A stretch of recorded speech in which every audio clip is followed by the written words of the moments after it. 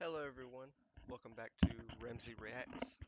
So glad to have you join me on my journey of discovering new music and broadening my horizons.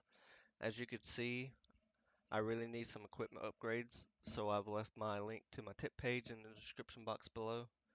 You'll find the link to the original video I'll be watching today, so please check that out and show the artist some love. My channel is all about community, learning, so please drop me a comment and don't forget to slap the like button on the way out.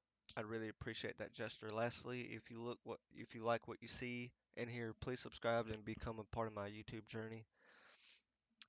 Alright, Sabaton Squad, we back at it again. This time we will be revisiting the animated story video of Night Witches. Because apparently I chose the wrong damn video last time. But it's okay, I'm aware Night Witches is a really good song. And of course, who would not mind listening again? I know I love this song. Um, we all know the history behind Night Witches, but if you're not familiar with the history, long story short, it talks about Russian female pilots of the 588th Bomber Regime. Their nickname Night Witches comes from the characteristic sound of their bomb planes. Uh, that was all you could hear during their nightly raid, since their engine was set to idle, so they just like glided through the night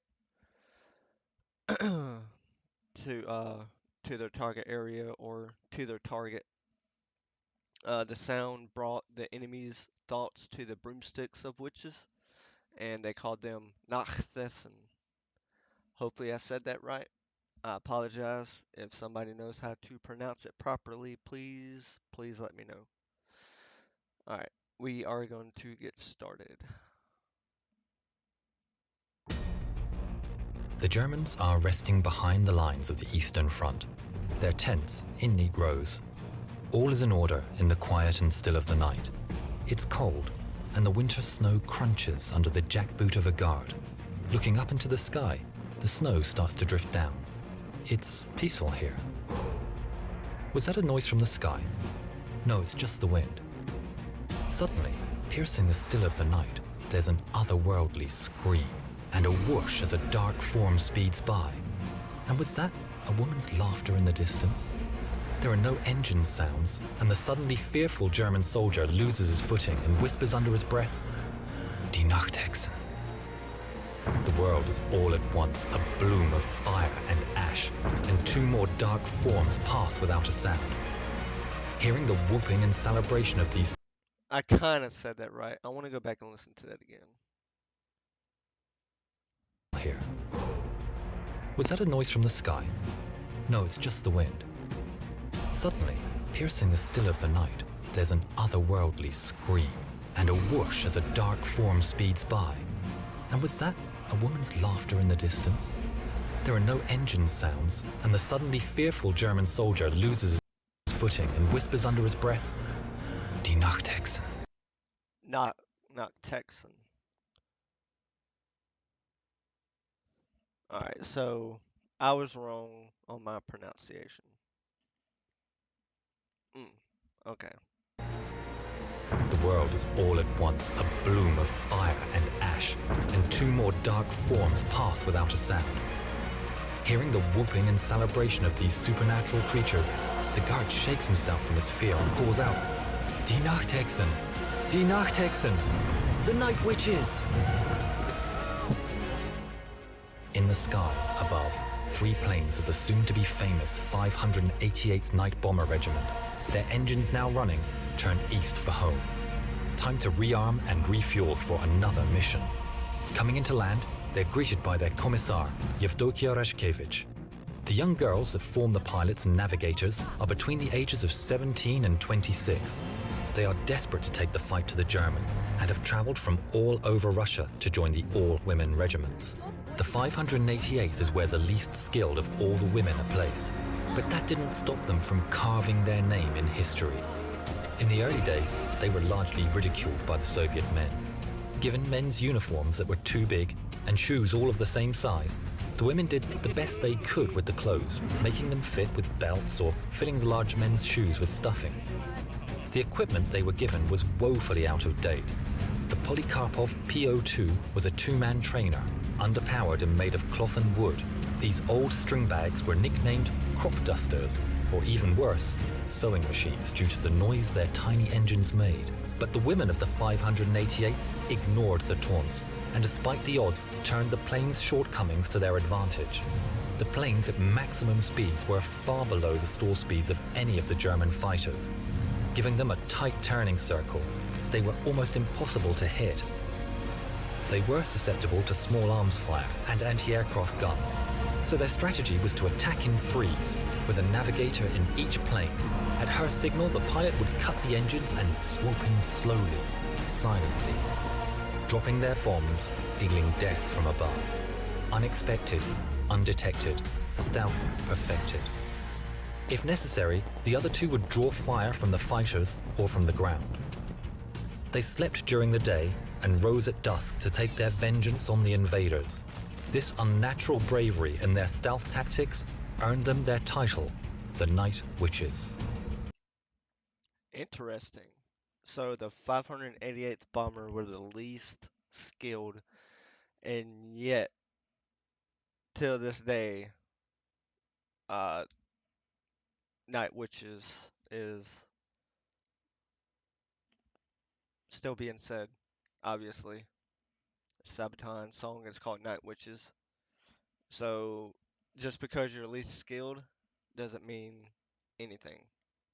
Because there's a moment in time where you can be least skilled at something, but that one thing you do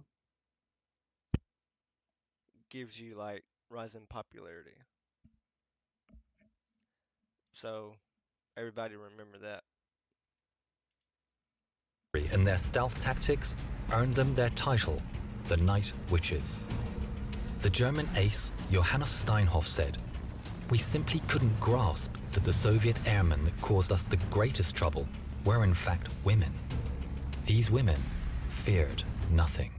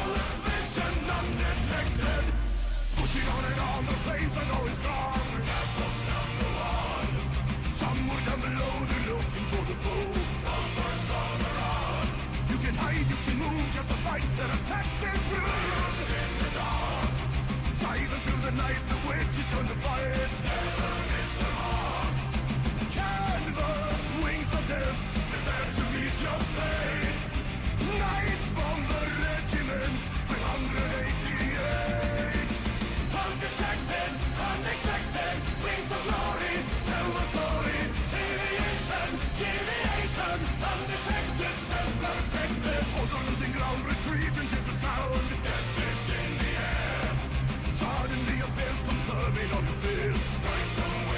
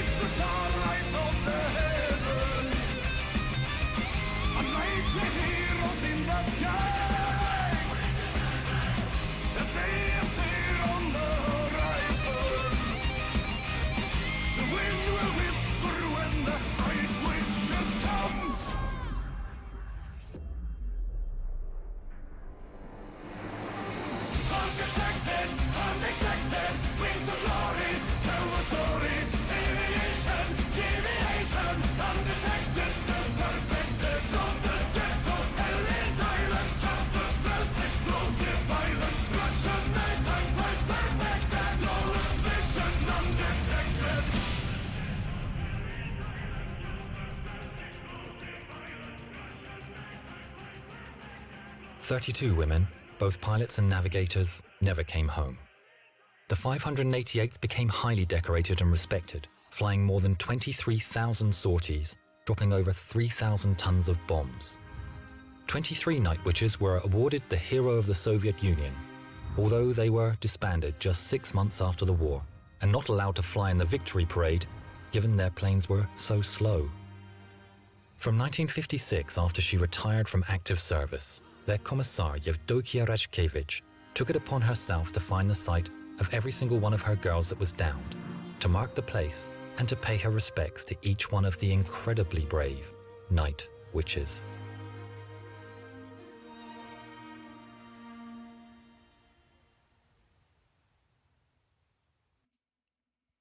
Yo, that was interesting.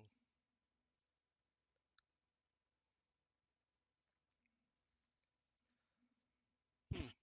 So we got we got like a good history lesson from that, and that's why I like Sabaton. They make they make history cool.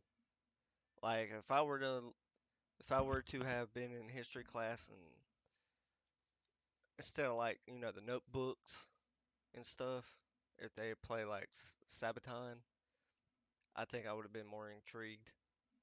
But thank y'all for watching. I hope everybody enjoyed. I'll see you on the next video. Love y'all. Stay safe. Peace out.